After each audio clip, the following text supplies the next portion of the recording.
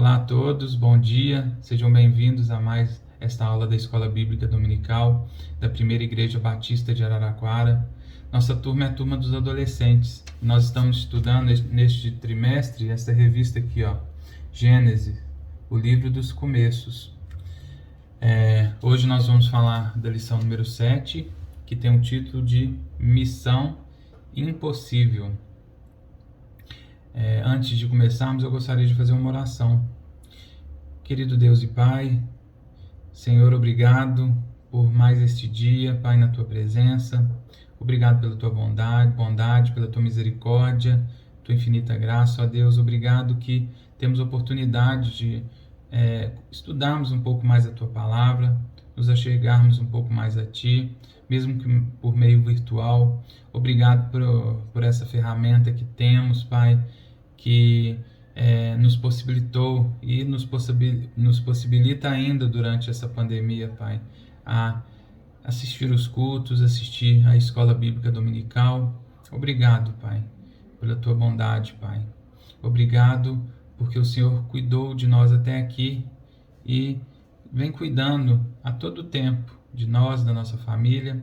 Eu te peço que, em nome de Jesus, o Senhor continue conosco, nos abençoando.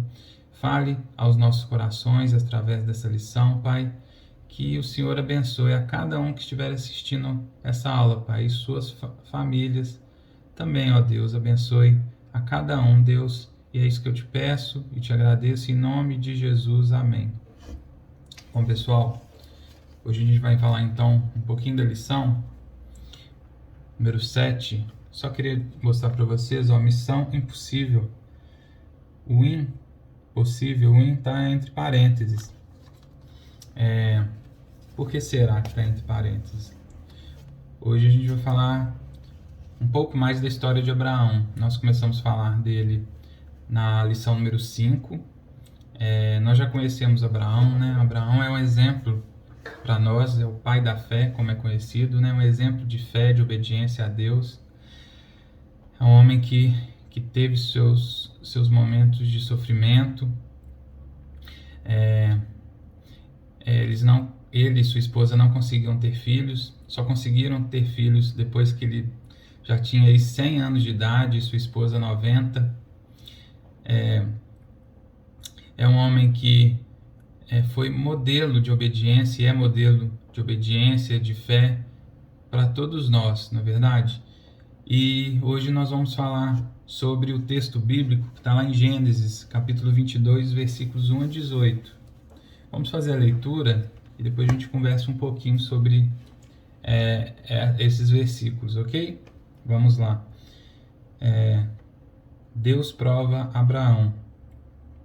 Algum tempo depois, Deus pôs Abraão à prova. Abraão, Deus chamou. Sim, respondeu Abraão, aqui estou. Deus disse, tome seu filho, seu único filho, Isaque, a quem você tanto ama, e vai à terra de Moriá. Lá, em um dos montes que eu lhe mostrarei, ofereça-o como holocausto. Na manhã seguinte, Abraão se levantou cedo e preparou seu jumento. Levou consigo 2 de seus servos e seu filho Isaque. Cortou lenha para o fogo do holocausto e partiu para o lugar que Deus tinha indicado. No terceiro dia de viagem, Abraão levantou os olhos e viu o lugar de longe.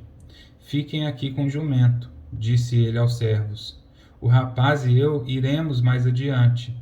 Vamos adorar e depois voltaremos. Abraão pôs a lenha para o holocausto nos ombros de Isaque e ele próprio levou o fogo e a faca. Enquanto os dois caminhavam juntos, Isaque se virou para Abraão e disse, Pai. Sim, meu filho, respondeu Abraão. Temos fogo e lenha, disse Isaque, mas onde está o cordeiro para o holocausto? Deus providenciará o cordeiro para o holocausto, meu filho, respondeu Abraão. E continuaram a caminhar juntos. Quando chegaram ao lugar que Deus havia indicado, Abraão construiu um altar e arrumou a lenha sobre ele. Em seguida, amarrou seu filho Isaque e colocou-o no altar, sobre a lenha. Então pegou a faca para sacrificar o filho. Nesse momento, o anjo do Senhor o chamou do céu. Abraão, Abraão.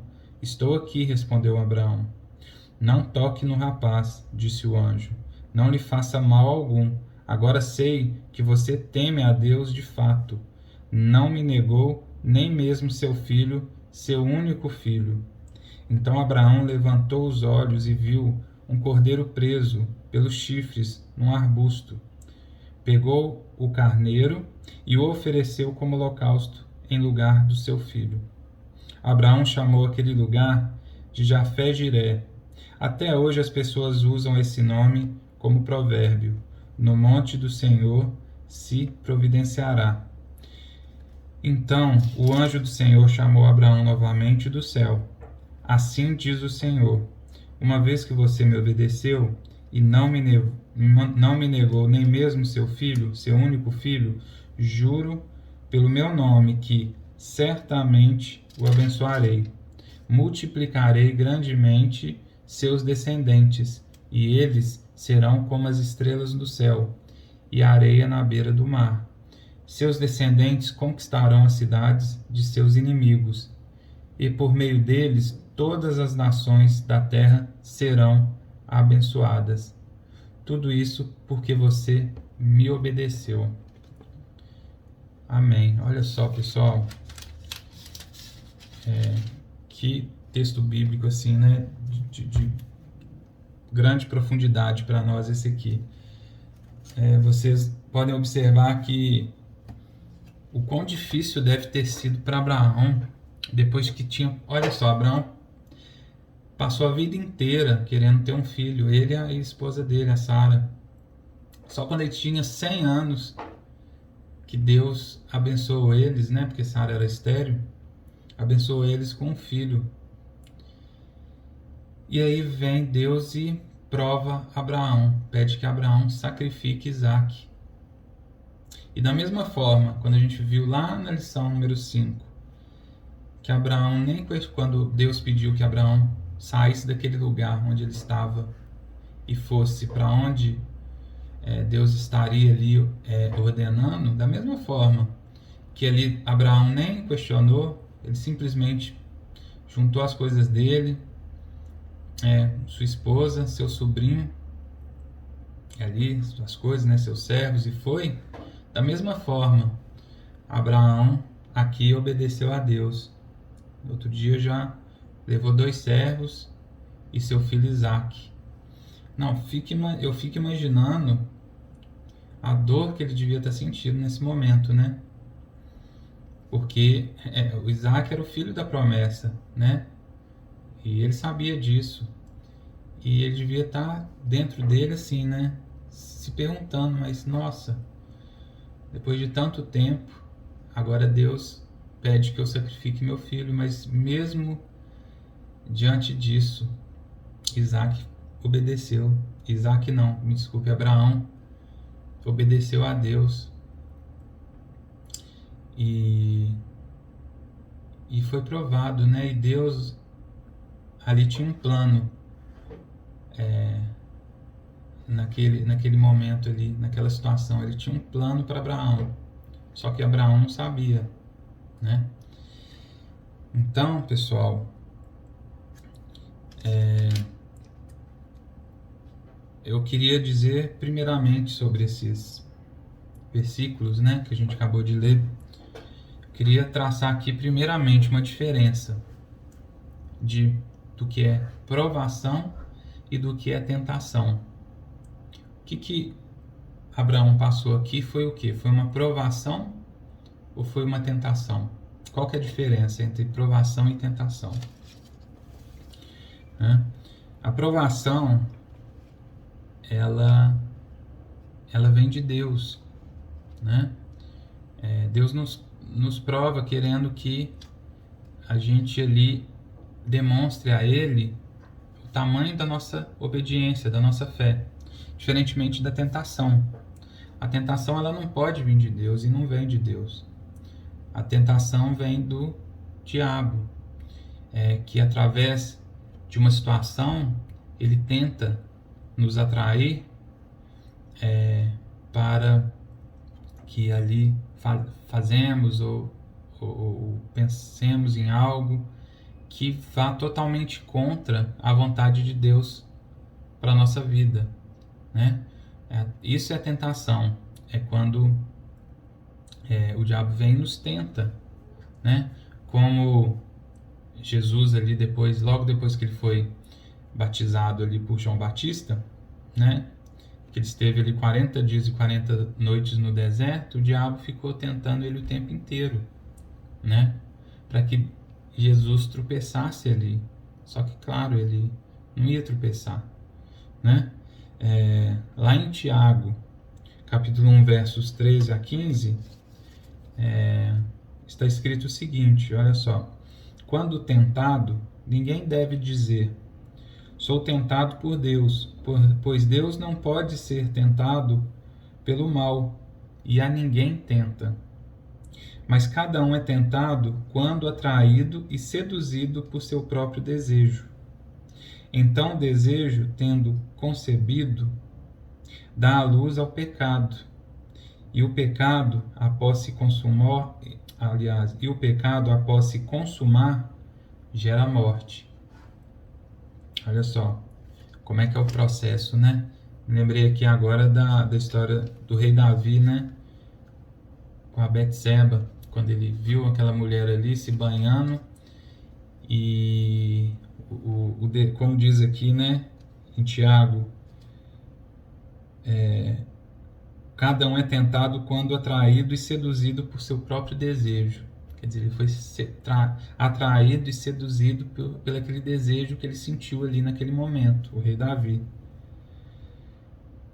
Então, o desejo, sendo concebido, dá luz ao pecado. E o pecado, após se consumar, gera a morte. Vejam bem, a tentação é totalmente diferente da provação. Deus nunca vai nos tentar a algo que vá contra a vontade dele. Deus não faz isso, né? Não é o objetivo dele. Não é o desejo dele, nem o propósito, nem o objetivo. Quem nos tenta é o diabo. E nós mesmos damos abertura a isso. Porque quando a gente dá corda para a nossa vontade, para os nossos desejos que vão contra Deus, e quando a gente concebe isso através de atitudes, a gente dá vida ao pecado e o pecado leva à morte, que é a nossa separação de Deus, né? Que é o que a morte significa para nós, cristãos, né? Então, a tentação é isso, pessoal, é muito perigosa, porque pode parecer simples, né? Ela começa desse tamaninho, mas se a gente dá corda para ela, e a gente vai embora, e chega uma hora que a gente não consegue mais voltar atrás. Aí a gente gera o pecado em nossa vida, né? Por isso que a gente tem que tomar muito cuidado com as tentações. E um detalhe que é importante nisso é que quando eu falei que Jesus foi tentado, é que ele foi tentado por quê? Porque Deus se fez homem, né? Através de Jesus. E ele teve a possibilidade de enfrentar as tentações naquele momento. Porque quando ele se manifestou como homem, ele se esvaziou da sua glória, né? Fazendo-se semelhante a nós. Então, por isso que naquele momento o diabo tentou tentar Jesus, né? E o que é aprovação, né? É um ato que Deus é responsável, né? Quando ele nos prova, que se manifesta por meio de um sofrimento, por meio de um deserto, por meio de uma dificuldade, que a partir daquilo ele desperta em nós uma capacidade e nos prepara ali para a gente viver os seus planos. Olha só, sobre isso, lá em Tiago também, capítulo 1, agora versos 2 a 4, está escrito o seguinte: meus irmãos, considerai motivo de grande alegria o fato de passardes por várias provações, sabendo que a prova da vossa fé produz perseverança, e a perseverança deve ter ação perfeita, para que sejais aperfeiçoados e completos, sem vos faltar coisa alguma. Né? Olha só, a gente já falou, eu acho que lá no primeiro trimestre desse ano, a gente estava falando sobre Jesus e os 10 mandamentos, se eu não estou enganado, a gente falou sobre o deserto, né? Que é um momento perfeito para que Deus trabalhe em nós, para que a gente enxergue o agir de Deus e que a gente molde nosso caráter ali através daquela situação, que a gente seja aperfeiçoado na fé, né? E que a gente aumente nossa intimidade com Deus através daquela situação. Então, a provação é a oportunidade que temos de aumentar a nossa fé, de nos enxergarmos mais a Deus e aumentarmos nossa intimidade ali com Ele. Porque na provação, Deus fica ali, como um professor fica na prova, fica observando a gente agir. E ele vê como a gente vai lidar com aquela provação. Como foi o caso de Abraão, né? Então, a provação, ela produz em nós perseverança, produz em nós uma fé mais aperfeiçoada, né? Ela produz intimidade com Deus, diferentemente da tentação, que se a gente dá oportunidade a ela em nossas vidas, a gente vai no caminho contrário, a gente se afasta de Deus, né? Então vejam bem, a diferença é essa entre tentação e provação. A tentação então vem do diabo, vem de nós mesmos, da nossa natureza pecaminosa, quando nós damos abertura a esses desejos que temos. E a aprovação não, a aprovação vem de Deus. Aquele momento que passamos ali, situação difícil, que serve para que ali a gente desenvolva a nossa fé e se aproxime mais de Deus. E a situação que aconteceu com Abraão, que ele levou seu filho ali para ser sacrificado e obedeceu a Deus, e naquele momento ali que Isaac estava ali, prestes a ser sacrificado, Deus mandou seu anjo para dizer para Abraão parar, que ele ali iria providenciar, e havia providenciado ali um cordeiro. Aquela situação que aconteceu com ele foi muito mais do que somente provar a fé de Abraão. Aquilo ali já representava o que viria pela frente. O que viria. Abraão teve a oportunidade de ver ali que Deus iria providenciar no futuro o Messias, Jesus, o Cordeiro Perfeito, que iria tirar todo o pecado do mundo através dele, através do seu sacrifício, não é? Então Abraão teve essa oportunidade. Lá no Novo Testamento, Jesus declara que Abraão viu então o dia de Cristo e se alegrou. Abraão se alegrou por isso. E os judeus ali, que estavam recebendo ali os ensinamentos de Jesus, perguntaram: mas como que Abraão viu o dia de Cristo se a idade física de Jesus era menos de 50 anos? Como que Abraão, poderia ter visto isto, né? Então, na realidade, isso aconteceu quando Abraão viu o cordeiro ali providenciado, quando o Deus disse que um substituto iria morrer no lugar do teu filho. Quer dizer, ele representaria, o Isaac estava representando a promessa de Deus, da descendência, ali estava representando toda a nação, de Israel. E por meio de toda a nação de Israel, no final aqui dos versículos, do 18, aliás, do 18, realmente, todas as nações da terra seriam abençoadas. Isso tudo porque Abraão obedeceu a Deus. Olha só o que a aprovação de Deus resultou na vida de Abraão. Quer dizer, uma grande provação iria resultar né, num grande agir de Deus, né? Então, pessoal, é isso que acontece, né?